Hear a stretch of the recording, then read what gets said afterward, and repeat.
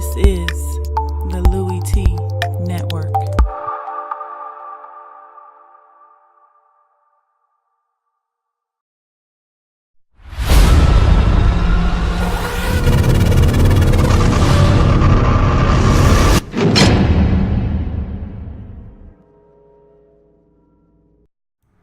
Who else could it be? Me, your man, Louie T. Welcome to lockdown coverage week number 7 in the National Football League. Denver Broncos at the Los Angeles Chargers. A little bit of AFC West family business. You know how the family do it. Or at least we thought we knew how the family did it. But obviously we didn't. I didn't know the family did shutouts.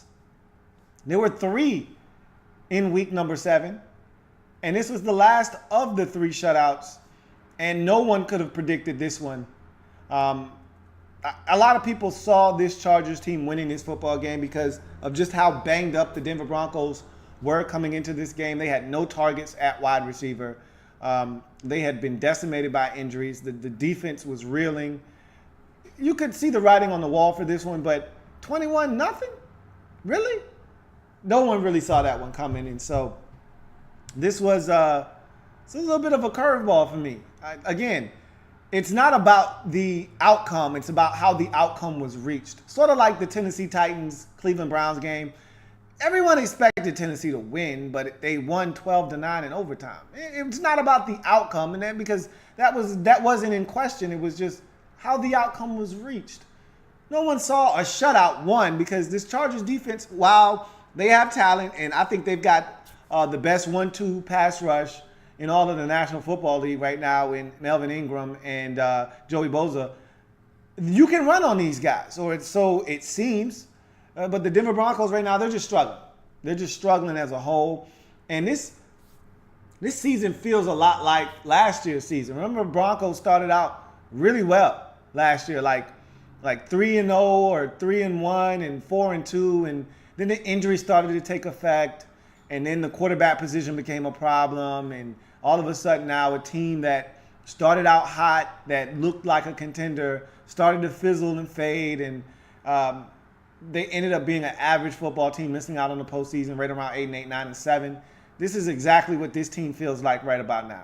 Started out like gangbusters. We all remember the week 2, thrashing of the Cowboys and how this team was riding high after that game.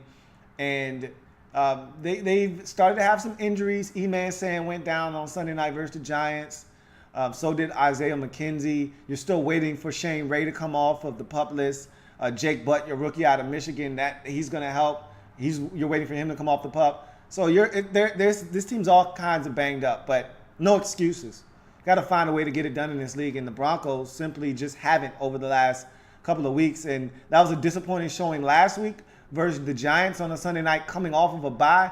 This was even worse versus the Chargers on the road in the division and against an opponent that you know that you got to have it against, and you go out and you just lay a big fat egg. This was really disappointing. But for the Chargers, I refuse to get excited about this team because while it's 4 in a row, you can't dig yourself these types of holes and expect to just dig yourself up out of these types of holes.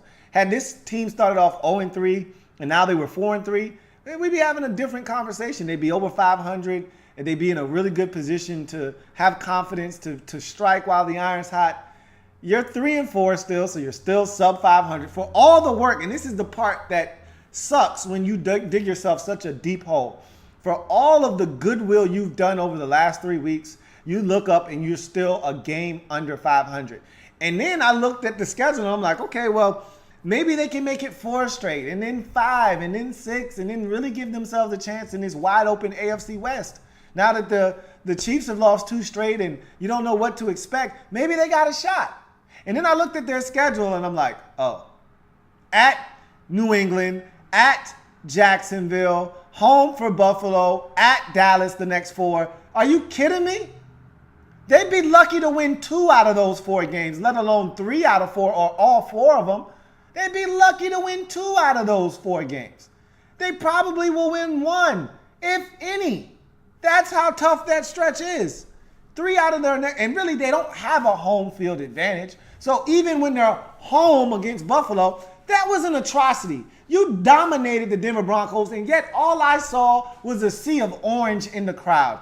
Your home field is not a home field. It's a joke. And so any team can come in, infiltrate your stadium, take over, and make it a road game in your own stadium. That's embarrassing in itself. But to just move off of that for a second, let's just talk about this game. I don't want to go big picture. I don't want to diminish what they did in this game because it was impressive.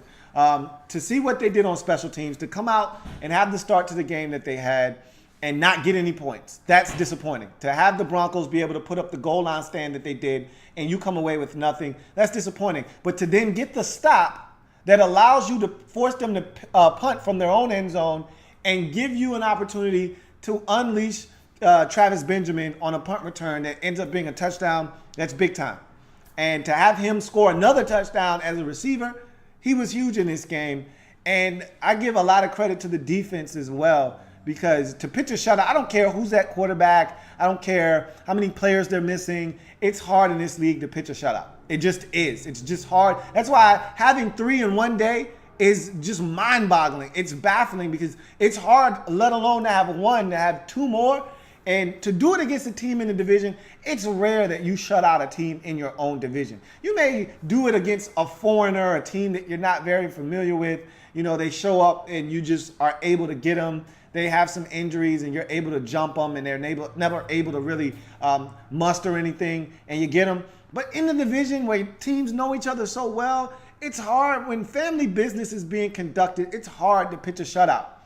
And yet the Chargers were able to do that. That's impressive. And again, I don't care who's injured, who's in, who's out, who's at quarterback, who's not. That's tough to do, and they did it in this game. And so props and kudos must be given to the Chargers for going out and not only winning this game, but dominating this game in the fashion that they did and not allowing the Denver Broncos to even score a point. They've got to be questioning themselves right now after this loss and not having even scored a single point in this ball game. And so that's very impressive if you're the Los Angeles Chargers.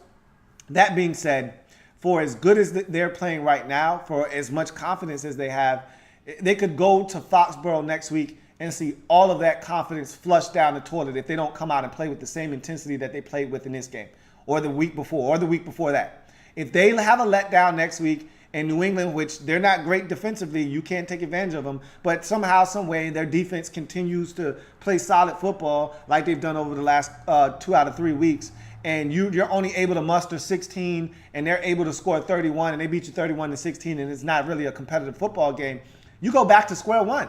So all of what you've done over the last 3 weeks has built you to this point where you've got a chance. And I told you, I don't talk about teams at length until you get back to 500. That's the key. I don't really care about what you've done in the past or what you think you can do in the future.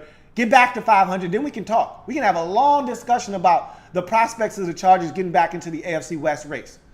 But until you do that, and this is the same problem you had last year. Started off really slow, and then you ran off a few wins, and you got within one game of 500, and it was ever elusive. You get within one, then you lose one, then you win one, then you lose one, then you win one, and then you went on like a 6-game losing streak, and that was basically all she wrote. Is that going to happen again? It's just, and I've likened it to a basketball team down by 21 points in the fourth quarter, makes this furious run to cut it to 4, only to lose the game by 9. Because you exerted so much energy just to cut it to 4, and now you don't have enough energy to get over the hump. Do you have enough energy to go to Foxborough and win? Teams have done it this year. It's not impossible, not like it used to be. Can you go to Jacksonville and win? Teams have done it this year. It's not impossible. You just got to catch the Jaguars on the right week. You catch them on the wrong week, and you too can get your brains bashed in, your quarterback sacked 10 times, and lose the game 29-3. That could be you. So we'll see what the Chargers are all about. But this was a nice win. This is a really nice win over a Broncos team that's struggling right now. As for Denver, this loss, it sucks. And where do you go from here? Because this team is struggling right now. They're searching for answers. And when you get shut out and you follow, and this was on the heels of a very ugly performance at home against a winless Giants football team. So when you couple those two together, and that was coming off of a bye.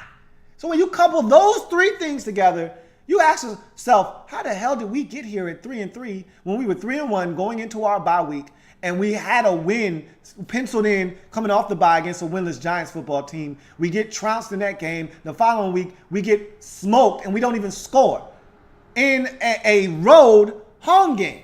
How does that happen? 2 home games in a row and we managed 10 whole points while giving up 44. How do we manage to do that? I don't have the answers, and neither do you right now. And that's what you're searching. And this is what happens when you've got a first-year head coach. We're going to find out what Mr. Joseph is all about, because now his team needs him to step up and rectify this problem, rewrite the ship, and get this thing back on track. They're struggling right now, and they're searching for answers, and they need their general, they need their coach to step in and right this ship. And we'll see if he's good enough to do that. Vance Joseph, this one's on you, buddy. Got to get your team better prepared to play. They weren't prepared to play after the bye week. They weren't prepared to play in this game. That's a coach issue. When you get beat by a winless team in your building and get smoked, that's on you. That's a coaching issue. That's not a player issue. Yeah, the players need to go out and execute, but that's a coach issue, because your players should always be ready to play. When you lose 21-0, everyone wants to know what happened. Why weren't the players ready to play? That's a coaching issue. So I want to see what Vance Joseph does, because this doesn't bode well for him right now. And he's not getting fired or anything of the sort. I'm just saying this doesn't look good. It's a bad look for a team that at one point was 3-1. And now, 2 weeks later, we're asking, where are the Denver Broncos in the entire AFC landscape? At one point, we were looking at them as one of the better teams. Hell, at least a competitor in the AFC West. I don't even know if we view them as such right now. And just a few days ago when the Chiefs lost, people were asking me, well, who do you think can take advantage of the Chiefs struggling? I said, oh, yeah, the Broncos. Really? Not after a performance like this. And I know they got a ton of injuries. Not after a performance like this. I don't know who's the team that could benefit most from a collapse by the Chiefs, potentially. Not the team I saw in this game. They're not even close to taking advantage of anything. So we'll see, but big ups to the Chargers for kicking ass. I'm not going to sit here and talk about, we let the losers worry about losing. Chargers beat these boys up, bashed their brains in, and left them bleeding on the pavement, 21-0. And now they got an abundance of confidence, and they're going to need it, because now they're going into Foxborough. And they're going to need it, because then they're going into Jacksonville.